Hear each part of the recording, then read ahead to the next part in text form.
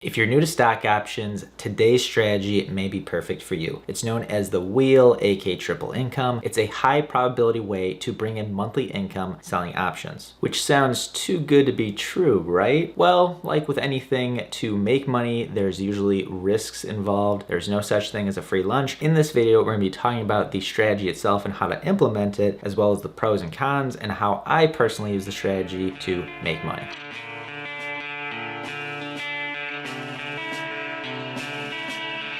Let's go ahead and use this nifty infographic to explain the simple strategy. So first of all, you have to pick a stock that you're going to wheel. So for our example, let's pick AMD. And the first part of this is selling a put option and collecting premium. To start, a put option gives the owner the right but not the obligation to sell at a specific price within a period of time. So if we look at AMD, you have to pick an expiration date for the option that you're selling. So for this example, we're picking November 19th, 2021 as the expiration. And then usually you pick a strike price below the current trading price. So it's currently trading at 104. And let's say that we sell this $100 put. So doing this, we would collect around $485. You collect that premium and you're basically selling the obligation to buy 100 shares at 100 if you're actually assigned. So if AMD stays above 100, you basically get to keep this premium and nothing else happens. If AMD went to 97 by the expiration, you'd buy 100 shares at $100, but you get to still keep the premium that you initially sold. What we're really doing is saying, hey, we're willing to get paid to buy this stock at a lower price. And you're asking, why is this even happening? Well, if AMD shoots all the way down to 70 because of some catastrophic issue with the company, we're still required to buy at that $100 from the person that owns the put if they exercise that. So that's the downside. Now, the likelihood of AMD going bankrupt or crashing 30% overnight are very, very low. We're getting paid to take on that risk, essentially. When you initially start this strategy and you sell the puts, there's two options that can happen afterwards. Either the stock price stays above the strike price and you just get to keep the premium, or the stock falls below the strike price and you're assigned. If you're assigned,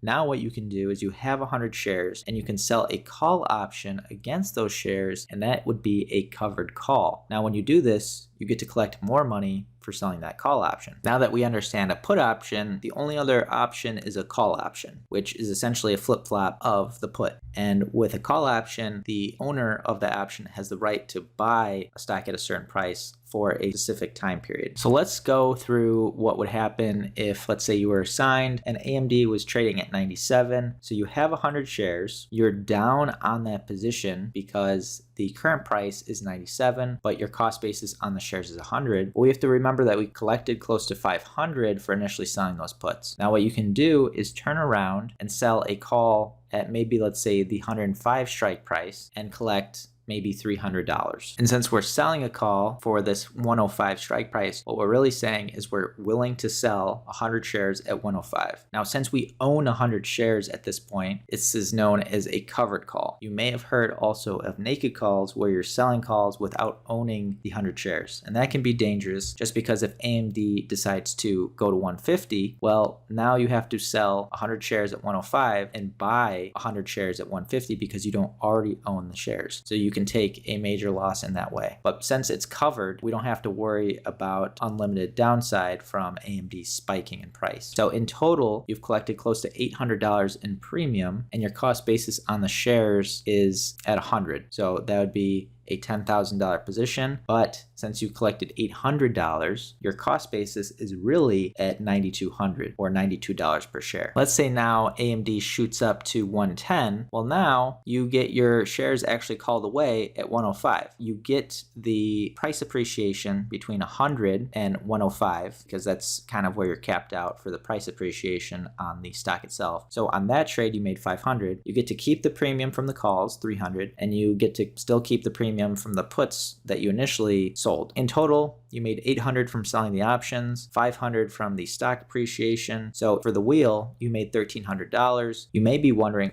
why do we make money if AMD just stays above 100? Part of the put option or options in general is the time value. So when someone buys that put option, they have a certain period of time. And so with every day that passes and the stock theoretically doesn't move, if it just stays at 104, all of a sudden the price of that put option deteriorates. When we sell it for $500, over time, if it stays at the same price and the same volatility, 30 days later, it may be trading at $150. Now, you can just buy that put option back and net the difference between $500 and $150. You don't have to hold on until expiration. You don't have to let it expire worthless. You can just buy it back, and that's completely understandable if you want to take money off the table. And one thing we didn't talk about is if, let's say, AMD trades at 100 and you're not assigned on those calls. You can just sell more calls. Once this one expires, you can sell another contract out further in time and collect even more premium. So you may understand now why people love this trade, because if the stock goes up, down, sideways, you can be making money with the wheel strategy. Now, the real question is, okay, this sounds great. You make money up, down, sideways. Like, what's the downside? Well, let's talk about the pros and cons. So we briefly talked about the downside of the stock itself crashing. If you sell a put at a much higher price and you get assigned at that much higher price, and all of a sudden the stock is trading 50% below where you own the shares,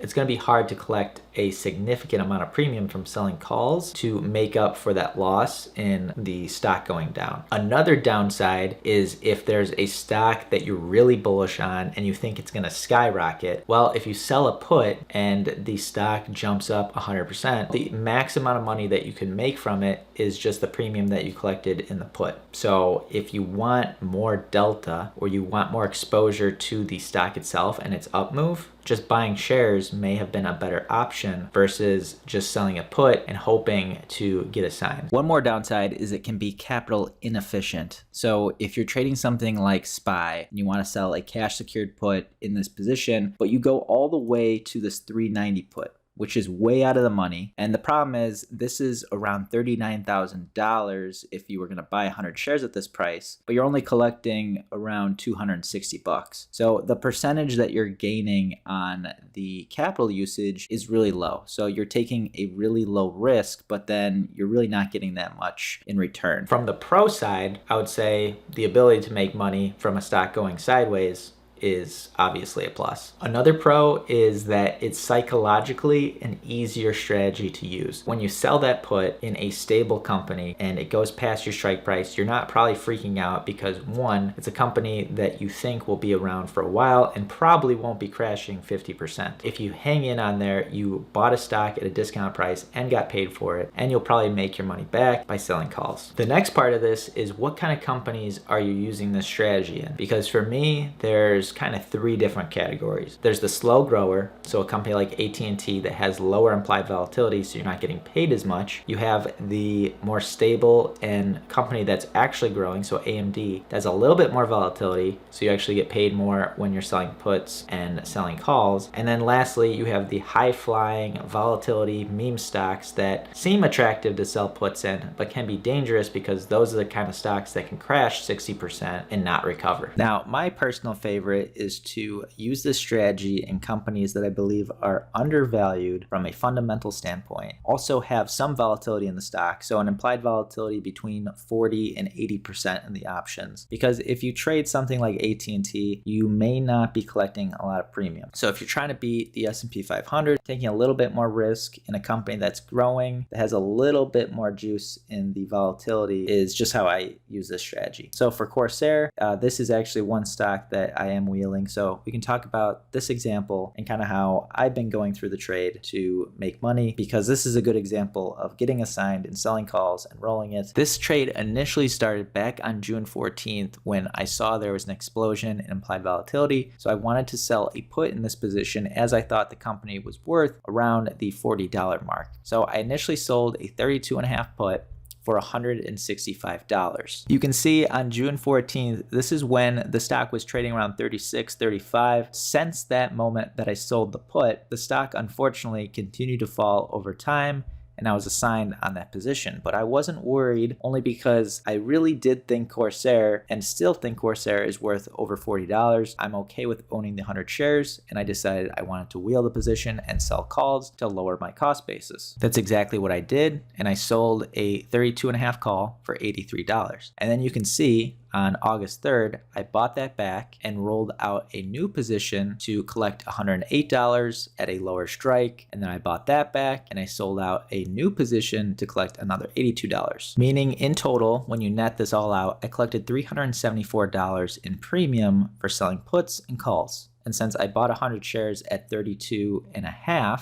that would really be a cost basis of $2,876 or $28.76 per share is my cost basis now. So some may argue I got involved at a terrible time when it was trading around 35, 36, but just by hanging in there, selling calls and lowering my cost basis, we're giving this trade another chance to make some money. Now for my setup, like I said, I pick a stock that I fundamentally believe in and I think it's undervalued. That way I already think that the put that I'm selling is kind of at a certain floor. Now, what I tend to target is a 0.3 delta on the put side. And if I get assigned, I'll kind of look for that 0.3 delta on the call side, hopefully higher or at the same strike that I initially sold the put. And I'll keep on doing that until I'm kind of out of the trade. If you guys learned something new or you enjoyed this video, make sure to hit that like button and consider subscribing to Main Street Wolf, where we talk options, stocks, anything to do with money. Thanks guys for watching and have a great day.